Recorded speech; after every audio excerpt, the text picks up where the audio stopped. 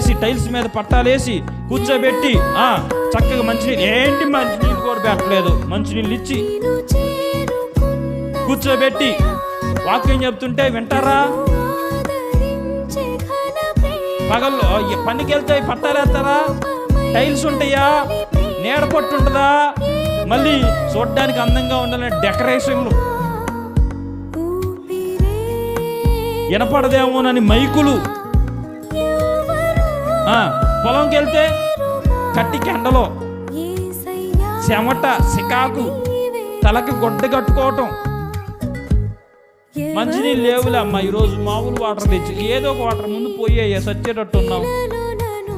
మామూలు వాటర్ పోసి ఆడు బురద నీళ్ళు వేసినా మనం తేరబట్టుకొని తాగటమే. ఎందుకని?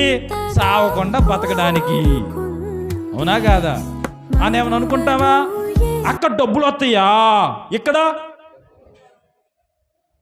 ప్రాణాలు ఇచ్చే దేవుడు ఆయన. ప్రాణం అంటే విలువ లేదా నీకు? హాస్పిటల్కి వెళ్తే ఎంత దూరమైన లైన్లో నిలబడతారా? నిలబడరా? ఏంటి అయ్యగారు ఎంతసేపు చేస్తున్నారు ప్రార్థన, వెళ్ళిపోదాం, ఈసారి వచ్చేవారం చేయించుకుందాంలే.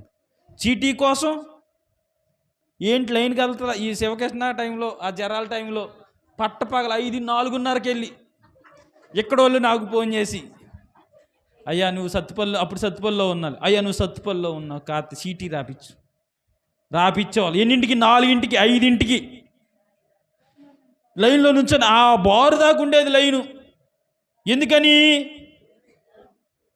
ఇప్పుడు నీకు డాక్టర్ ఎక్కువ అయ్యాడు, డాక్టర్కి విలువెత్తున్నావు. ఎన్నాళ్ళు డాక్టర్కి విలువెత్తువో? అయ్యగారు ఏంటి ఎంతసేపు చేస్తారా ఏంటి? ఆకలి వేస్తుంటే అక్కడ ఆకలేసిద్ది, అక్కడ మంచినీళ్ళు అవుతాయి, మంచినీళ్ళు అయినా మంచినీళ్ళు తాగవు. ఎందుకని? ఎవడన్నా మధ్యలో దూరతారేమో, మళ్ళీ ఒకవేళ మంచినీళ్ళకి వెళ్ళినా మళ్ళీ మనల్ని దూరనీయరేమో. ఎంత విలువిస్తున్నావు నువ్వు దేవుని కోసం? ఏది నీకు నీ జీవితంలో, మన జీవితంలో దేవునికి ఇచ్చే వాల్యూ ఏది చెప్పండి? లోక సంబంధమైన విషయాలలోనేమో నీవు కష్టపడుతున్నావు, దేవుని సంబంధమైన విషయాల్లోనేమో కొత్త బట్టలు వేసుకొని పనికి వెళ్తామా?